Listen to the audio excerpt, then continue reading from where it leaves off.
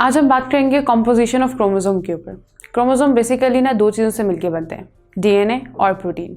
DNA 40% होता है और प्रोटीन 60% होती है। इसके साथ साथ हमारे क्रोमोसोम के अंदर हमें आरएनए के भी कुछ मॉलिक्यूल्स देखने को मिलते हैं।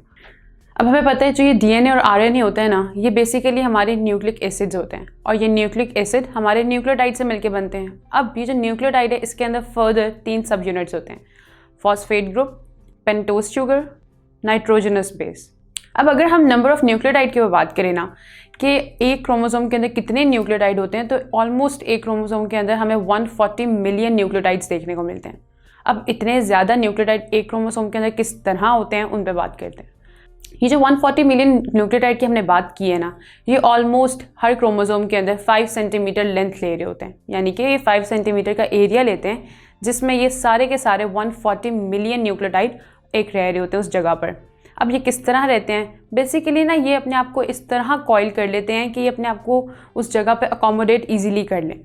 फर्दर अगर कोई इन सब न्यूक्लियोटाइड्स को पढ़ना चाह रहे हैं तो उसको टोटल 280 बुक्स प्रिंट करवानी पड़ेंगी हर न्यूक्लियोटाइड को पढ़ने के लिए, और उस 280 बुक के अंदर ईच बुक के अंदर हमें 1000 पेजेस होने चाहिए और ईच पेज के ऊपर हमें 500 वर्ड्स एटलीस्ट देखने को मिलने चाहिए, तब जाकर हम ये 140 मिलियन न्यूक्लियोटाइड्स को इजीली पढ़ सकेंगे। फर्दर अगर हम एक क्रोमोसोम को एक इलेक्ट्रॉन माइक्रोस्कोप के नीचे रख के उसको थोड़ा सा पढ़ें तो हम एक यूकैरियोटिक न्यूक्लियस लेंगे, उसमें से हम क्रोमोसोम को निकालेंगे और हम उस क्रोमोसोम को ना फर्दर थोड़ा सा जूम इन करके देखते हैं। अब अगर हम इस क्रोमोसोम को थोड़ा सा जूम इन करके देखें तो हम इसके अंदर ना एक सुपर कॉइल लेयर देख सकते हैं। इस सुपर कॉइल लेयर को अगर हम फर्दर थोड़ा सा और जूम इन करें तो हम देखेंगे इसके अंदर काफ़ी ज़्यादा क्रोमेटिन है। ये जो क्रोमेटिन होते हैं ना, बेसिकली ये थ्रेड लाइक स्ट्रक्चर्स हैं।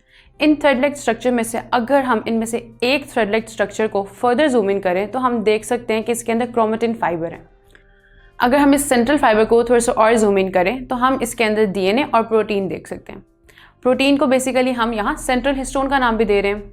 अब ये जो सेंट्रल हिस्टोन यानी कि ये जो हमें बीड लाइक शेप देखने को मिल रही है, इसके ऊपर जो ये लेयर हुई हुई है इसको हम डीएनए का नाम दे रहे हैं। ये जो कोटिंग एक बीड के ऊपर हुई है, एक प्रोटीन के ऊपर जो कोटिंग है, इसको हम डीएनए कह रहे हैं और इन दोनों चीज़ों को मिलाकर हम न्यूक्लियोसोम्स को नाम देते हैं।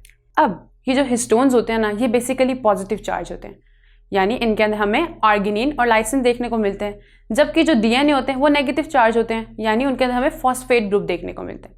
अब ये दोनों ऑपोजिटली चार्ज हैं, इसका मतलब क्या है, ये एक दूसरे को अट्रैक्ट करती हैं और ईजिली एक दूसरे के ऊपर कॉइल अप हो जाती हैं।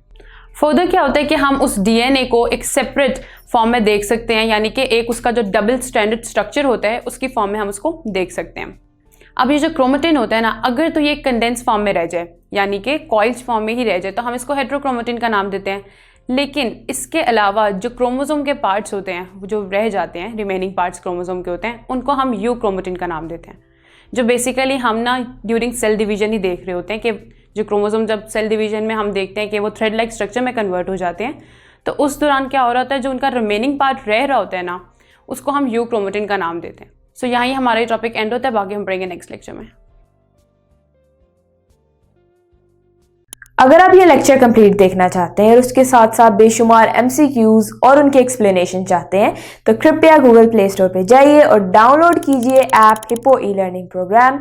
इसे खुद भी इस्तेमाल कीजिए और साथ साथ अपने फ्रेंड्स एंड क्लास फेलोज को भी अनुशंसा करें। धन्यवाद। And oh, don't forget to subscribe to this channel and like this video.